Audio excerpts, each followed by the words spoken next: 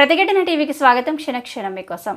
రాష్ట్ర వ్యాప్తంగా ఆర్టీసీ ఉద్యోగులు రిటైర్డ్ అయిన సిబ్బంది ఇకపై ఉచిత చికిత్సల కోసం తార్నాకలోని ఆర్టీసీ పెద్ద ఆసుపత్రికి రావాల్సిన బాధ తప్పనుంది.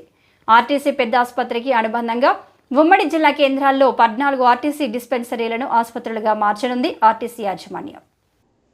అయితే ఎమర్జెన్సీ కేసులు మాత్రం డిస్పెన్సరీలో ఉండవు.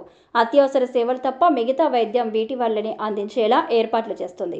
కొత్తగా వైద్యుల నియామకం జరగడంతో పాటు ఆర్టీసీ ప్రధాన ఆసుపత్రిలో చికిత్స తీసుకున్న వారు మందుల కోసం ప్రతిసారి హైదరాబాద్కు రావాల్సిన అవసరం ఇకపై ఉండదు. ఇకపై డిస్పెన్సరీ ఆసుపత్రిలో ఉచితంగా మందులు అందిస్తారు. మరోవైపు కొత్తగా ఏర్పడ్డ పెద్ద జిల్లా కేంద్రాల్లో కూడా డిస్పెన్సరీ ఏర్పాటు చేయాలన్న నిర్ణయంలో భాగంగా నాగర్ కర్నూల్లో డిస్పెన్సరీ ఆసుపత్రి ఏర్పాటైంది. మిగతా వాటిలో కూడా ఏర్పాటుకు చర్యలు తీసుకుంటున్నారు.